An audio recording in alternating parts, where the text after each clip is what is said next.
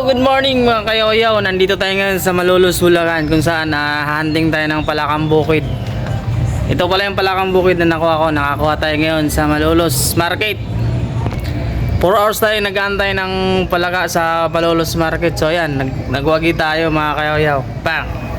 Ayan na. So from Bulacan, Malolos, dadalhin natin sa Antipolo. Exotic food mga kayoyaw. Pero gagawin natin tong exotic. What's up? In 1, 2, 3. Good afternoon mga kayoyaw. Nakarating na nga tayo dito sa Antipolo. 3 hours from Malolos, Bulacan. So dala na natin yung palaka natin. So ito na nga mga kayoyaw, yung palaka or ambak. Ambak sa probinsya to eh. Alam, taga Davao yan. Ayan. So ito na. Nag-ready na rin ako ng mga lamas. Yan. Siling green, atsal, luya, sibuyas, bawang. Meron tayo dito mga paminta, tsaka magic syrup. Yan. Ice move mga kayoyaw. So yan mga kayoyaw, yung iba ang ginagawa nito ay binabalatan. Pero what's meaning mga kayoyaw, ang gagawin natin, hindi natin to babalatan. Hugasan lang natin to ng maigi. So tanggalan lang natin to ng laman loob, mga bitoka. Tsaka hugasan ng maigi kasi alam niyo mga kayoyaw, masarap sa balat. Kasi pag binalatan ko to, alam ko walang magre-react. So pag hindi ko to binabalatan. So pobre lang ako mga kayoyaw. Lutong hindi imarte lang to. Alam ng taga-Ulin, Mahanob, Baganga, Davao Oriental yan. Hindi na binabalatan yung mga baki, palaka or ambak doon. Ninilinis lang ng maigi, tinatanggalan lang ng mga bitoka, tsaka yung mga dila, tsaka ulo, tsaka yung mga paa. Shout out pala sa mga taga-Ulin, Mahanob, Baganga, Davao Oriental. Alam, taga Davao yan. Gikan ko diha ako nagdako. So dili ta mag-inarte. Ang uban panitan pa, balatan, pero ako ayan, mga kayo, so lilinisin ko muna. Fast forward na natin, makikita lang natin naka-ready. Din bumili na rin ako ng gata mga kayo, halagang 60 pesos para adobong gata.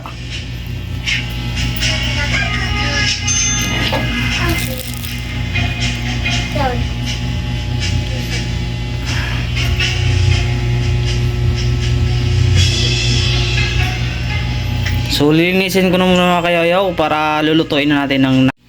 Ayan guys, yung mga kayoyaw, linis na po. Tinanggalan na po natin yan ng ulo, mga paa, tsaka laman loob. Ayan po yung pinagtatanggal natin. So sa iba dyan na maaarte, kailangan pa daw balatan. Parang isda lang yan, hindi na binabalatan. Linisin lang na maigi mga kayoyaw. Parehas lang naman yan sila. So ayan, lutuin natin yan mga kayoyaw. Ito na yung lamas natin. Ito din yung gata, adobong gata gagawin natin dyan. Ayan guys, pakuluan muna natin yan. Ayan mga kayoyaw, pakuluan muna natin. Then alisin natin yung tubig nya para ayan, pinakuluan muna natin mga 3 minutes para ma-sterilize. Ayan mga kayoyaw, tanggalan natin ng tubig yan, so okay na yan.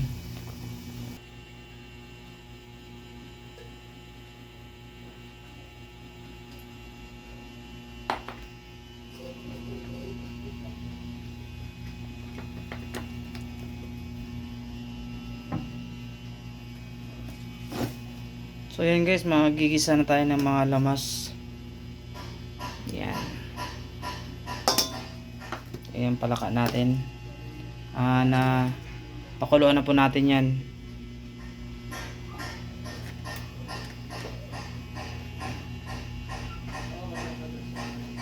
Sibuyas.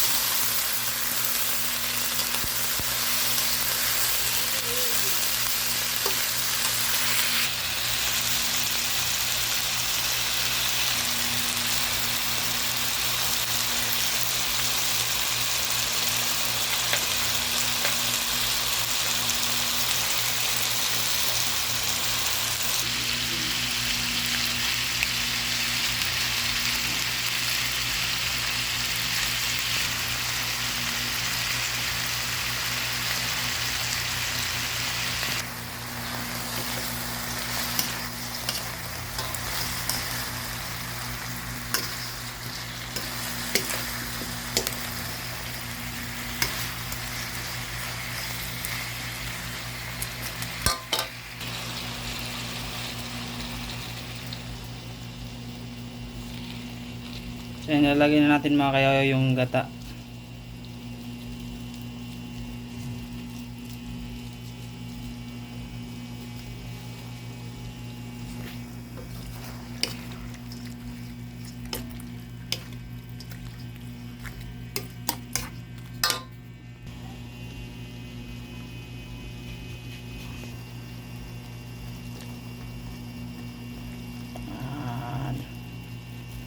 Halagang 60 pesos na gata para marami.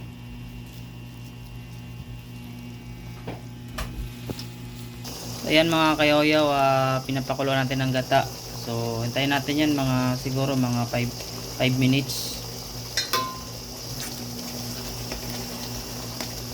Adobong palaka sa gata.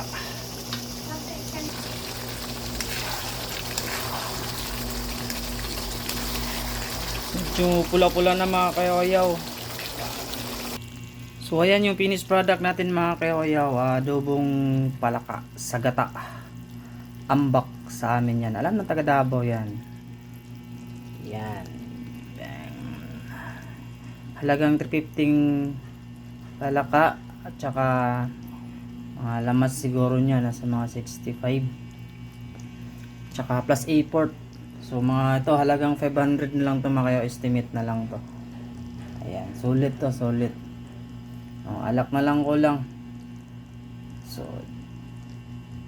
that's all for today's video. Pusang iring yan. Palaka lang yan. Bang, maraming salamat.